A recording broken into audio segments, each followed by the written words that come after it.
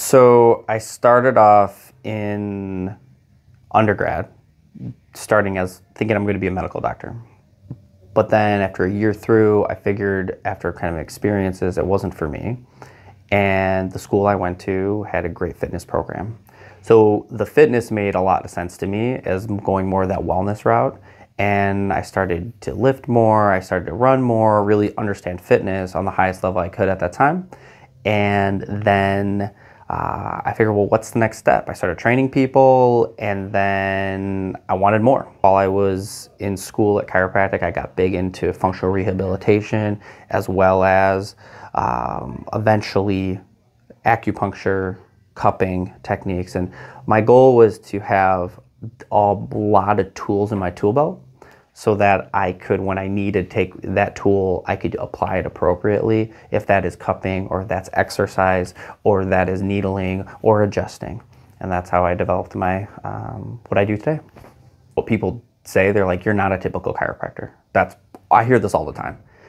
And my goal is to balance a person's body out so that first, they're not in pain, and then they're not in dysfunction. I really do like seeing someone come to my office going, my shoulder's killing me, it hurts all the time, or my neck's hurting, or my back's hurting, and I can have them walk out of here. First visit, 50% reduction.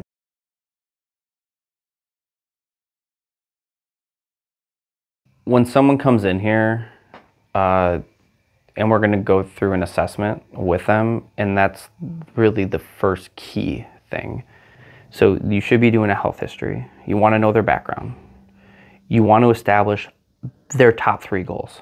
You want to do a functional movement screen to see how well they move. You want to do an in-body or something like that to see how much body fat they have, how much muscle mass they have, because that's going to dictate their nutrition. So the assessment is the foundation. At the end of every program that people finish, we have a form to fill out, because I want to know did they like it, did they not like it, maybe their goal shifted slightly, and we're able to make those changes on the fly. People think of, oh, I want to lose weight, I want to get stronger, which is all great, but there is a process to that, to do it in a way that is going to be safe, effective, and you have to think about it as long-term. If you just want to short-term, like lose weight and feel like I'm in better shape, well, just, most people just drop calories and they start running or something like that. But that's not going to make you move better, and that's not going to get you to your end goal, because that's not going to increase your muscle mass. I want you to move well, and once you can do that, you can then move often. It opens up Pandora's box of things to do. But if you don't move well, you're really in a very limited spot.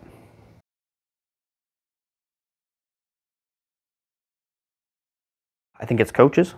We like to keep on, make sure you're coming in, make sure you're excited to work out with us, keeping it entertaining.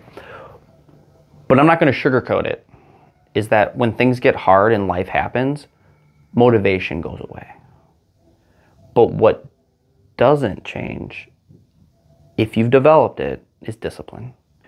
I treat my training like doctor's appointments. It's an appointment I have to be at. I train personally 4 days a week. It's not always going to be sexy. It's not always going to be fun. I've been in this 16 years, and there's been times I'm highly motivated, and I'm certain there's other times I'm not, and life happens. I mean, you between business and wife, children, parents, whatever happens, that stuff comes into play. You may not be able to work out for a week because of something happening within your life, and that's okay. That's life. But you want to be consistent. And that's the key, is you're going to have these waves up and down of motivation, not motivated, but the people who do amazing, they have frequency and dedication and discipline.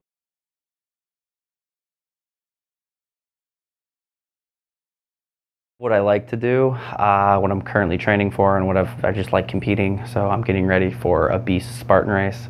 That's my next endeavor. So I like challenging myself physically. It's fun. I like training for things. That helps my motivation, knowing that I have this thing that I have to get ready for at a certain date, and I know it pushes me to be consistent.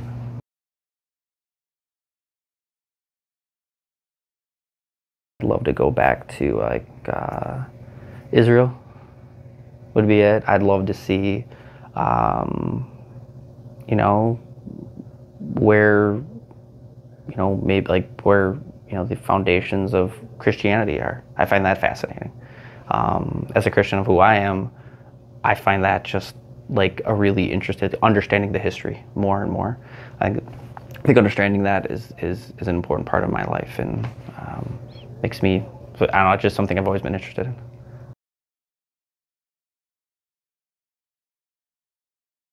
That I was voted the best dressed and best singer in my high school.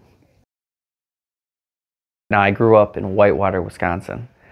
So I'm not going to say it took a lot to be the best dressed in Whitewater, Wisconsin. Really, a classic thing was like I usually had like a nice button down, you know, Gap, right? Gap was great back then.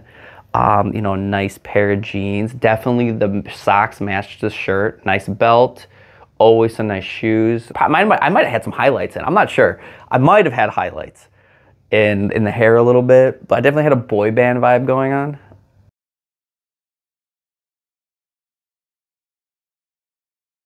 I'm gonna go with TV show. Favorite of all time, because I just think there's nothing funnier and I can watch it over and over again and it never gets old, is The Office. I know it's cringy, and I know some people don't like it because it's cringy, but I love the fact that it's cringy and it's so awkward and uncomfortable, and that's what makes that show amazing.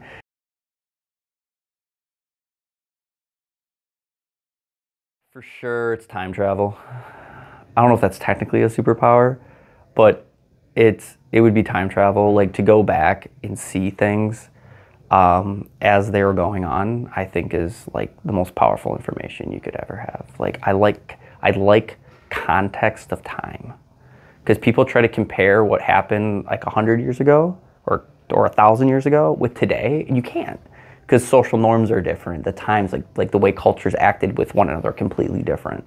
I think time travel just helps me understand the world better, and the more I can understand every culture, I think it gives me more empathy for people and more understanding.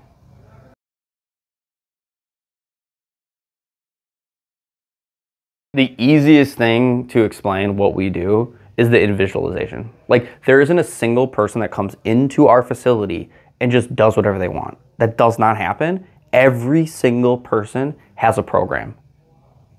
And when I come back, is what we talked about before, the assessment, that's the key. That assessment lays the foundation of everything that we do.